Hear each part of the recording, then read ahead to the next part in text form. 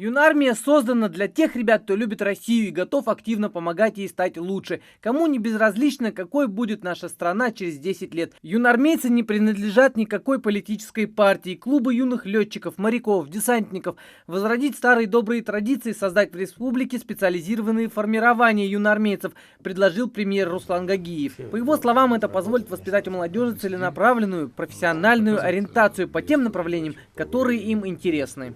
То есть этот юный моряк, юный десантник, юный пилот, юный автомобиль, это клубы, которые бы, в принципе, для нас это очень важно сейчас. Потому что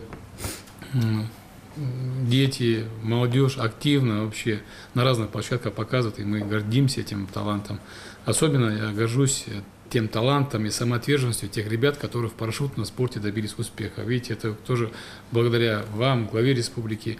Никто не ожидал, что в республике Ингушетия наши ребята добьются такого успеха вообще. Очень талантливые, очень самоотверженные ребята. Конечно, выражаю вам искреннюю признательность от имени республики Ингушетия и вам, и за содействие. Юнармия воспитывает новое поколение патриотов, умных, смелых, любящих свою родину и готовых в любой момент стать на ее защиту. Председатель ДСАФ России, генерал-полковник Александр Колмаков, в республику приехал, чтобы лично поздравить и вручить грамоты активистам движения. Юнармейцев и руководителя Коммолодежи региона награждают за активное участие в подготовке проведения пробега с востока на запад России. Акция тогда охватила почти всю республику. Ее приурочили к празднованию 25-летия Ингушетии и 90-летию со дня образования ДСАФ. Награждается Богатырева Мадина Салмановна.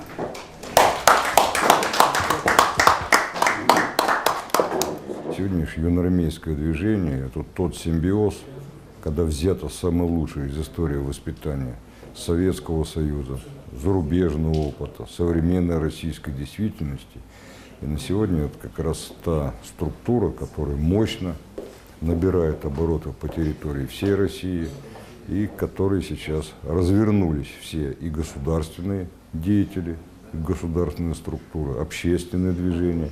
И самое главное, что это движение очень сильно востребовано непосредственно теми, кто в нем участвует, молодежи. Награду из рук председателя ДСАФ России получила и юная участница движения Анжелика Чахкиева. В августе этого года школьница приняла участие в праздничном концерте, посвященном 90-летию ДСАФ России в городе-герое Волгограде. Анжелика исполнила песню «Ингушетия моя» и «Защитники».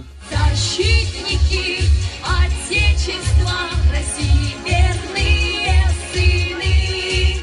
Я была удивлена, что меня наградили, но мне это крайне безумно было приятно получить награду. Я считаю, что эта награда не только моя, но и нашего юнармейского движения и всей нашей республики. Инициаторы проекта надеются, что Юнармия станет самым массовым военно-патриотическим движением среди юношества в России. В течение нескольких лет в него планируют привлечь несколько сот тысяч подростков. Ингушское юноармейское движение насчитывает уже более 1300 школьников. Причем число желающих пополнить ряды активистов постоянно растет. 1000 человек еще вступило в наше движение. Через пару дней еще 10 человек. Сегодня вот такой неожиданный сюрприз, что нас заметили, нас позвали. И это пример к тому, что общественная деятельность в нашей республике, ей уделяется очень большое внимание.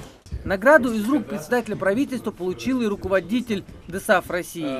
От имени главы республики я вручаю вам этот кинжал, он с чистого серебра, очень интересная вещь. Членом Юнармии может стать любой, кто считает себя юным, кто свободен от вредных привычек и готов активно помогать стране. Эта помощь может выражаться в чем угодно. В спортивных победах, произведениях искусства и литературы, полезных программах. В общем, во всем, в чем вы сильны, если это идет на пользу Ингушетии и России. Руслан Албогачиев, Майырбек Миржоев, Новости 24.